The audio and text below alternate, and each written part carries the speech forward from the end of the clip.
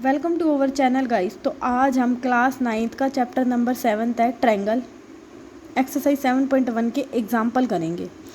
तो आपको basically 3 example दिए हुए हैं, तो आज हम तीनों इसी वीडियो में फिनिश करेंगे। तो चलिए स्टार्ट करते हैं वीडियो। हमें क्या गिवन है, हमें पहला एग्जाम्पल दिया हुआ है कि हमें एक फिगर गिवन है जो कि ये आपको बुक में मिल भी जाएगी। और यहाँ पे क्या बोला गया है कि आपको ओ ए इक्वल दिया हुआ है ओ बी के, यानी कि ओ ए इक्वल दिया हुआ है ओ बी के, एंड ओ डी किसके इक्वल दिया हुआ है ओ सी के, यानी कि ओ डी किसके इक्वल दिया हुआ है ओ सी के। कहने का मतलब है ये वाली साइड एंड ये वाली साइड क्या दी हुई है आपको इक्वल। और बोला हुआ है कि हमें ए ओ डी को कॉन्ग्रुएंसी प्रूफ करना है बी ओ सी को, ठीक है। एंड सेकंड क्या दिखाना है कि ए डी पैरेलल होनी चाहिए किसके बी सी के। क्वेश्चन समझ में आ गया। अब इसका प्रूफ मैंने यहाँ पे ना किया हुआ है, बट मैं आपको ना एक बार ये डायग्राम से समझाती हूँ प्रूफ इसको हम कैसे करेंगे। बाद में जैसे लिखना है ना, मैंने ऑलरेडी लिखा हुआ है, मैं आपको बता दूँगी, बट पहले समझ लो इसको प्रूफ कैसे करेंगे। अब देखो यहाँ पे ना आपको साइड इक्वल दी हुई हैं, इतनी बात गिवन है हमें। इसी बात का यूज़ करो। आप क्या लिखोगे, पहले आप सोल्यूशन में ना सबसे पहले ये लिखोगे कि हमें ओ ए एंड ओ बी क्या दे दी इक्वल, यानी कि एक साइड क्या दे दी इक्वल। एंड सेकंड आप क्या लिखोगे कि हमें O D and B C B क्या दे दी इक्वल। इतनी बात गिवन है, यानी कि हमें ये वाली साइड एंड ये वाली साइड क्या है गिवन। अब यहाँ पे ये क्या दे दी, दो लाइन दे दी, एंड इसके ऊपर क्या हो रही है, देखो ये दो पैरेलल लाइन है और एक ये क्या जा रही है, इसके ऊपर एक ट्रांसवर्सल लाइन जा रही है। तो इन दोनों के इंटीरियर एंगल क्या हो गए आपस में, अपोजिट इंटीरियर एंगल क्या होते हैं, इन दोनों के इक्वल होते हैं ना। अगर यहाँ पे ऐसे नहीं समझ में आ रहा ना, तो यहाँ देखो, यहाँ पे ये दो पैरेलल लाइन जा रही हैं, ये वाला एंगल एंड ये वाला एंगल, यानी कि वर्टिकली अपोजिट एंगल क्या हो गए इक्वल। अगर मैं ये वाले एंगल के साथ बात करूँ तो ये वाला एंगल क्या आ जाएगा इक्वल, यानी कि दो पैरेलल लाइन पे जब ट्रांसवर्सल लाइन जाती है तो उनके वर्टिकली अपोजिट एंगल क्या होते हैं इक्वल। तो यहाँ पे ना इसी चीज़ का यूज़ कर लेना आप। कैसे, ये दो पैरेलल लाइन होगी आपकी और यहाँ से एक लाइन कट के जा रही है, ठीक है। तो इसका जो एंगल है, angle A O C and angle A O D क्या हो गए इक्वल। अब यहाँ से दो साइड इक्वल होगी, एक तो ये वाली साइड इक्वल होगी और एक ये वाली साइड इक्वल होगी, और यहाँ से एक एंगल इक्वल हो गया। तो हम ना कॉन्ग्रुएंसी का जो रूल है साइड एंगल साइड से हम क्या बोल देंगे कि एंगल ए ओ डी हमारा किसके इक्वल हो जाएगा, एंगल बी ओ सी के। समझ में आया पहला पार्ट। देखो गिवन हमने लिख दिया, उसके बाद हमने क्या कह दिया, B O C and A O D क्या आगे वर्टिकली अपोजिट एंगल आगे, जो बात मैंने अभी आपको समझाई है। तो बस इसी को, अब यहाँ से ये साइड इक्वल होगी, यहाँ से दूसरी साइड इक्वल होगी, यहाँ से एंगल इक्वल हो गया। तो हम यहाँ से क्या कह सकते हैं कि ए ओ डी इक्वल आ जाएगा बी ओ सी के। क्यों, by the side angle side rule. अब सेकंड में हमें क्या दिया हुआ है कि हमें ना ए डी को पैरेलल दिखाना है, यानी कि ए डी को पैरेलल दिखाना है बी सी से, ठीक है। अब इसमें क्या करेंगे, इसमें देखो यहाँ पे बताती हूँ आपको। जब भी ना हमारे जैसे ये एंगल कट के जाते हैं ना, तो जो ये अपोजिट एंगल है ये भी इक्वल होते हैं ना इक्वल, यानी कि अल्टरनेट इंटीरियर एंगल बोल देते हैं बाहर वाले।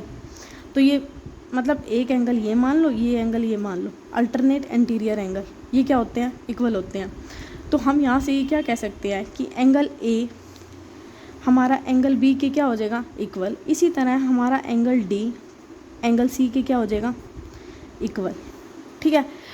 इन एंगल को इक्वल बोल के यहाँ से हम क्या प्रूव कर देंगे कि ये अल्टरनेट इंटीरियर एंगल कब इक्वल होते हैं, जब ये दोनों साइड क्या होती हैं पैरेलल। तो हमने क्या बोल दिया कि एंगल कि ओ क्या दे दिया, इनके बीच में मिड पॉइंट दे दिया एक कॉमन, एंड यहाँ से हमने कह दिया कि angle B is equal to angle A and angle D is equal to angle C. So we can say that angle side A D is parallel to the side B C. समझ में आया। देखो मैंने ये लिखा हुआ है, हमने क्या कह दिया O A D is equal to O B C, O A D is equal to क्या दे दिया ओ बी सी, क्योंकि ओ क्या दे दिया यहाँ पे कॉमन पॉइंट दे दिया। Also these form a pair of alternate interior angle for a line segment AD and BC। ये देखो एक लाइन सेगमेंट AD दे दी, इस पे अल्टरनेट इंटीरियर एंगल क्या दे दिए A एंड B दे दिए, और इस पे अल्टरनेट इंटीरियर एंगल क्या दे दिए CD पे C एंड D दे दिए। तो हम यहाँ से क्या कह सकते हैं कि जो हमारी लाइन है AD एंड पैरेलल किसके होगी, BC के। समझ में आया? होप सो आपको अच्छे से समझ में आया होगा जो बातें मैंने बोली हैं, क्योंकि आप जितना समझोगे ना तो आप इनको खुद भी लिख सकते हो, मेरा ये मानना है, बजाय मैं आपको यहाँ पे एक एक पॉइंट लिख के दिखाऊं। ठीक है, समझने की कोशिश करो अच्छे से कि ये चीज़ मैं बोल क्या, ये जो लिखी हुई है मैं बोल कैसे रही हूँ, इसका प्रूफ क्या है। ठीक है, तो डायग्राम से जितना अच्छे से समझोगे ना उतना जल्दी आप खुद भी लिख लोगे। मैंने यहाँ पे लिखा इसलिए है क्योंकि फिर वीडियो ज़्यादा लंबी बन जाती है, मेरे को एक एक पॉइंट लिखना पड़ता है। ठीक है, मेरा मेन फोकस है आपको मैं समझाऊँ। सो आपको समझ में आया होगा। अब चलते हैं नेक्स्ट एग्जाम। अब बात करते हैं हम एग्जाम्पल नंबर 2। हमें एग्जाम्पल नंबर 2 में क्या है, गिवन है कि हमें AB is a line and L is it's perpendicular bisector. मतलब हमें क्या दिया हुआ है, AB एक लाइन दी हुई है, L क्या दिया हुआ है, इसके परपेंडिकुलर बाइसेक्टर। परपेंडिकुलर बाइसेक्टर का मतलब ये होता है कि ये एंगल भी 90 बना रहा है एंड ये एंगल भी क्या बना रहा है, 90 बना रहा है। ठीक है, ये दोनों एंगल क्या हो रहे हैं, आपस में इक्वल हो रहे हैं।